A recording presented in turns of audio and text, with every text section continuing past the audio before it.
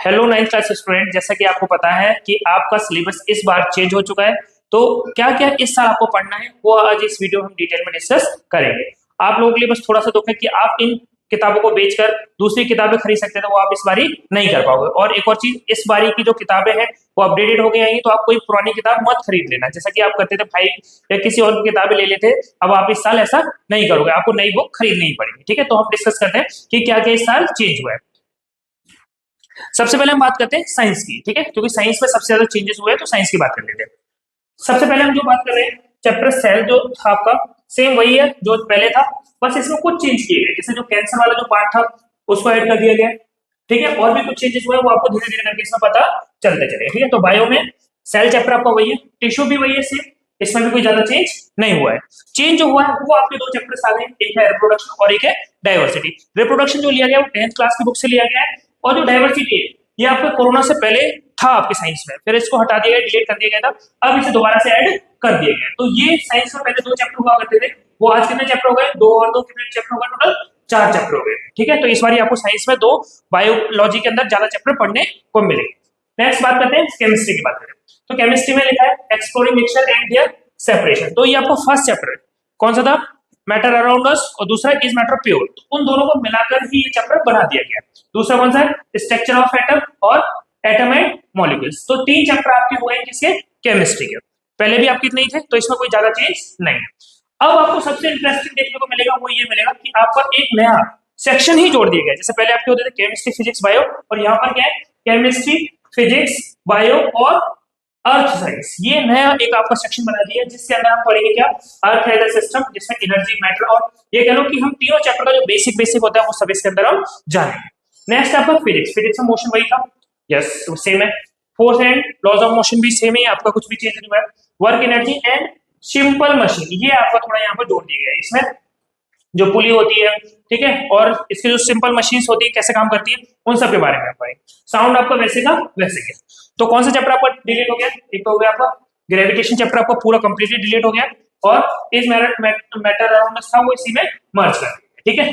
तो आपको साइंस का आपको पूरा सिलेबस समझ में आ गया होगा। सब कैसे देख लेते क्या हुआ, बायो में 2 चैप्टर्स जुड़े, केमिस्ट्री में थोड़ा सा मिक्स करके 3 चैप्टर्स बना दिए गए, एक नया सेक्शन दे दिया गया जिसे क्या बोला गया, अर्थ साइंस बोला गया, और फिजिक्स, फिजिक्स में motion force and law of motion, work energy and simple machine और साउंड। ये आपका साइंस का सिलेबस हो गया, ठीक है। अब हम अगली बात करते हैं मैथ्स। मैथ्स में हम सबसे पहले बात करते हैं अलग अलग सेक्शंस में, जैसे नंबर सिस्टम। तो नंबर सिस्टम पहले आपको पता था, क्या पता आपके नंबर सिस्टम के अंदर नंबर सिस्टम था और पॉलिनोमियल्स था। अब उस चीज को थोड़ा सा मॉडिफिकेशन कर दिया गया, नंबर सिस्टम आपका रहेगा, हो सकता है इस बार रूट 2 रूट 3 को ऐड कर दिया जाए, जो आपका 10th में आता था, वो हो सकता है इसमें भी प्रूफ करने के लिए आपका आ सकता है। नेक्स्ट इंट्रोडक्शन टू पॉलिनोमियल, ये 10th क्लास का पूरा ले लिया गया है। आप इसको पहले भी था 9th क्लास में, लेकिन इसे थोड़ा सा अलग बना दिया है। कैसे, 2 हिस्सों में तोड़ दिया गया, एक है लीनियर इक्वेशन इन 2 वेरिएबल वाला और एक पॉलिनोमियल वाला। तो अब देखते हैं जब नई बुक आएगी तो क्या क्या इसमें क्वेश्चंस बनते हैं, किस टाइप के चेंजेस किए गए। एक और नया आ गया, इसे हम एपी बोलते हैं 10th क्लास में, जिसे सीक्वेंस ऑफ प्रोग्रेशन कहते हैं। ये आपका कंप्लीटली नया आ गया, हो सकता है इसमें कुछ 10th का कुछ 11th का पार्ट ऐड ऑन किया गया होगा। नेक्स्ट है अलजेब्रिक आइडेंटिटीज, ये आपने पढ़ा था, जिसमें a प्लस b का होल स्क्वायर और इस तरीके से जो आइडेंटिटीज बनती थी अलजेब्रा की, उन सब की बात करेंगे। तो ठीक है, आपके 5 चैप्टर हो गए। लीनियर इक्वेशन इन 1 वेरिएबल था, अभी आपका ये 2 वेरिएबल आ गया, जैसे लिखा हुआ है 2x + 3y = 6। तो यहाँ पर क्या है, 2 इक्वेशन होंगे और 2 ही वेरिएबल होंगे। इस तरीके से ये आपको 10th में आता था, जिसे हम सब्स्टिट्यूशन या एलिमिनेशन से सॉल्व करते थे, वो आपको यहाँ पर देखने के लिए मिल जाएगा। नेक्स्ट ज्योमेट्री, ज्योमेट्री में कोऑर्डिनेट ज्योमेट्री, कोऑर्डिनेट ज्योमेट्री अभी जो आपकी थी वो बिल्कुल सिंपल थी, इस तरीके से x और y आपको निकालना होता था। इस बार हो सकता है डिस्टेंस फार्मूला और सेक्शन फार्मूला, इनको भी इसमें ऐड कर दिया जाएगा, तो ज्योमेट्री भी थोड़ा सा बड़ा कर दिया जाएगा। ये आपका चैप्टर में कोई चीज नहीं है, सेम वही जो आपका पहले था, एलिमेंट ज्योमेट्री वाला और एक्सियम जो पोस्टुलेट थे, इसमें कोई भी मेजर चेंज नहीं किया गया। लाइन एंड एंगल्स भी सेम आपका वैसे ही रहेगा, ट्रायंगल भी वैसे रहेगा। क्वाड्रिलेटरल में हो सकता है आपको थोड़ा सा देखने के लिए चेंज करने के लिए मिल सकता है। सर्कल, सर्कल भी आपका सेम जैसा था वैसे ही रहेगा, कुछ थ्योरम्स को ऐड कर दिया गया, हो सकता है कुछ को रिमूव कर दिया जाएगा, लेकिन रिमूव तो नहीं किया हुआ, ऐड ही किया गया। पहले आपके टोटल कितने चैप्टर थे, 12 चैप्टर थे, इस बार कितने चैप्टर आपने 15 चैप्टर है आपके, ठीक है। तो आपको सिलेबस ज्यादा ही है, इस बार आपको ज्यादा ही पढ़ने को मिलेगा। नेक्स्ट है मेंसुरेशन। मेंसुरेशन कौन सा होता है, जिसमें हम एरिया वॉल्यूम निकालते थे, तो इसे 2 हिस्सों में डिवाइड कर दिया, पहला कौन सा 2D और दूसरा कौन सा 3D। तो हमें दोनों पढ़नी पड़ेगी, 2D भी पढ़ने पड़ेंगे और 3D भी पढ़ने पड़ेंगे, ठीक है। जो जो तो पहले थे आपके स्फीयर, हेमिस्फीयर, सिलेंडर और कोड। ठीक है, ये चारों चीज आपको फिर से दोबारा देखने के लिए सेम वैसे ही मिलेंगी, बस इसमें क्या रहेगा, अलग अलग सेक्शंस में रहेगा। 2D का अलग रहेगा, एरिया पेरीमीटर, और मेंशन इसका सरफेस एरिया वॉल्यूम अलग है। नेक्स्ट है स्टैटिक्स। स्टैटिक्स अभी तक आपके बेसिक आ सकता था, इस बार हो सकता है मीडियन वगैरह जोड़ दिए गए थे। और प्रोबेबिलिटी भी 10th क्लास की जो है उसमें लेवल जो है वो इंक्रीज कर दिया जाएगा। तो इस बार मैथ का सिलेबस आपका थोड़ा सा टफ रहने वाला है और ज्यादा रहने वाला है, इसलिए आपको मेहनत करने की ज्यादा जरूरत है। जितना ज्यादा आप इसमें प्रैक्टिस करोगे उतना ही ज्यादा आपको इसमें कमांड मिलती जाएगी। अब हम बात करते हैं एसएसटी की। सबसे ज्यादा जो आपको चेंज देखने को मिला है अभी तक की पूरे सिलेबस में, वो मिला है एसएसटी में। एसएसटी में पहले 4 सेक्शन थे, अभी भी 4 सेक्शन, लेकिन इनका सिलेबस पूरी तरह से बदल दिया गया है। तो ये बहुत अच्छी बात है, बदलना भी चाहिए, क्योंकि आप जो पुरानी हिस्ट्री या पुरानी चीजें पढ़ रहे थे उससे आपको इतना समझने को नहीं मिल रहा था। इस बार जो चेंज किया है एनईपी ने, वो कुछ सोच समझ के किया और कुछ अच्छी चीजें एड ऑन किया। तो अच्छा है कि जो पुरानी चीजें पढ़ रहे थे उससे कुछ नई चीजें हमें जानने के लिए मिलेगी। सबसे पहला कौन सा है, early humans at the been of civilisation.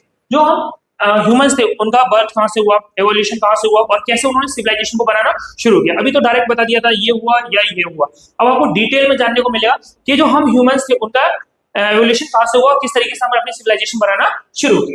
Next है स्टेट एंड सोसाइटी। अब कैसे राज्य बनना शुरू हुए, कैसे साम्राज्य बनना शुरू हुए, मतलब कि मौर्यन साम्राज्य और उस मौर्यन एम्पायर और उसके बाद वाली जितनी भी चीजें शुरू हुई वो आपको सब इसमें पढ़ने को लिए मिलेगा। फिर हम पढ़ेंगे रेजिस्टेंस एंड द रेजिस्टेंस। कौन कौन से वॉर हुए, किस किस के साथ कितनी लड़ाई लड़ी मराठास, ये टाइम पीरियड भी दिया हुआ है आपको 1000 से लेकर, ये आपका क्या है इससे पुराना है। तो यहाँ पे मान लेते हैं हड़प्पन सिविलाइजेशन के बारे में आएगा, यहाँ पर मौर्यन और अशोका के बारे में आपको जानने को मिलेगा। यहाँ पर आपको मिलेगा जो हमारा दिल्ली सल्तनत थी, दिल्ली सल्तनत थी, उससे लेकर आपको जो ब्रिटिशर्स आए या डच के टाइम वाला जो रहा वो पूरा आपको यहाँ पे जानने को मिलेगा। तो इसमें मराठा वॉर कितना हुआ, किसके साथ हुआ, या सिख वॉर कौन कौन से हुए, वो सब आपको यहाँ पे डिटेल जानने के लिए मिलेगा।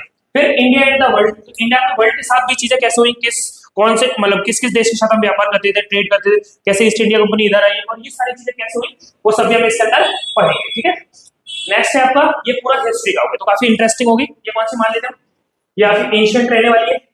ठीक है, ये आपका कौन सी हो जाएगी, मिडिवल हो जाएगी, और मॉडर्न की चीज अभी इसमें ऐड ऑन नहीं की गई। ठीक है, नेक्स्ट हम बात करते हैं ज्योग्राफी।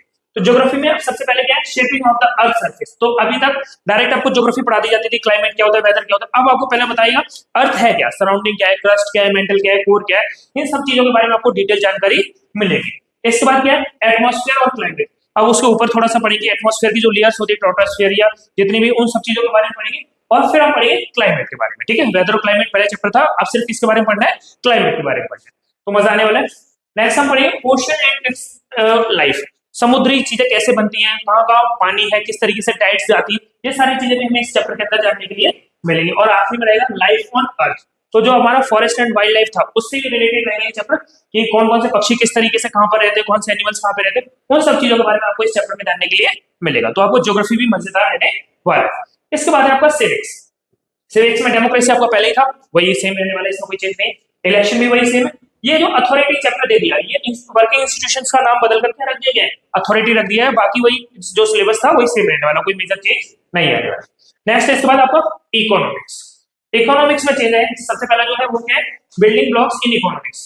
तो इकोनॉमिक्स होता क्या है, पहले आपको सिर्फ इकोनॉमिक्स में पालमपुर की कहानियां उस तरीके से बताया गया था, इसमें बताया कि इकोनॉमिक्स होता क्या है, इकोनॉमिक्स क्यों पढ़नी चाहिए, कैसे हम जो रिसोर्स होते हैं, वेल्थ होती है, उन्हें कैसे कंजर्व करके रख सकते हैं और कैसे इन फ्यूचर के लिए बचा के रख सकते हैं। तो यहाँ पे बहुत बेसिक सी ये चीजें बताई गई।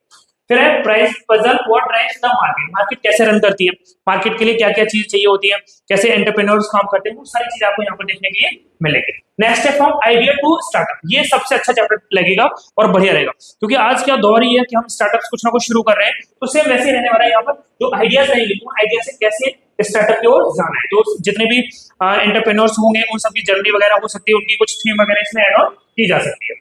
नेक्स्ट है smart way to manage our finance. आज तो पैसे तो कई लोग कमा लेते हैं, लेकिन उसे मैनेज कैसे करना ये नहीं पता होता। तो आप शायद यहाँ से ये सीख पाओगे कि जो आपके फाइनेंस है, पैसे हैं, खर्च है, उनको कैसे मैनेज किया जा सके। तो आप एसएसटी पढ़ के पहले आपको बोरिंग लगती थी, मजा नहीं आता था, आपको लगता था यार क्या ही पढ़ना इसमें, एसएसटी कौन पढ़ता है, या ट्यूशंस भी नहीं लेते थे। कुछ लोग बोलते थे ठीक है जो भी बनाकर लिखते हैं, गाने लिख देते थे, कुछ लोग पास हो जाते, बट अब ऐसा नहीं रहने वाला। अब आपको एसएसटी में थोड़ा फोकस करना पड़ेगा। एसएसटी में अगर आप अच्छा नहीं करोगे तो आपको ये जो चेंजेस किए गए उसका कोई मतलब नहीं है। ठीक है, आप डिटेलिंग में आपको एसएसटी भी पढ़नी पड़ेगी। नेक्स्ट आपका इंग्लिश। इंग्लिश में अभी तक जो पता लगा है वो पता चला है कि बिहेव का नाम बदलकर आपका कर दिया है कावेरी। हो सकता है कि इसके जो चैप्टर्स हैं वो भी चेंज कर दिए जाएंगे। ग्रामर आपकी वही रहेगी, ग्रामर में ज्यादा चेंज नहीं होंगे। राइटिंग सेक्शन जो आपका आता था अनसीन पैसेज और एप्लीकेशन या डायरी एंट्री है ना, और डिस्क्रिप्टिव पैराग्राफ, वो सब वैसे रहेंगे, उसमें जो कोई ज्यादा चेंज नहीं किया है। आई होप आपको इस वीडियो से समझ में आया होगा कि आपके सिलेबस में क्या क्या चेंज हुए और आपको किस तरीके से पढ़ना है। आगे हम इसके हर एक चैप्टर्स की वीडियो बनाते रहेंगे और आप उससे देखते रहोगे, सब्सक्राइब करते रहोगे, लाइक करते रहोगे। ठीक है, थैंक यू।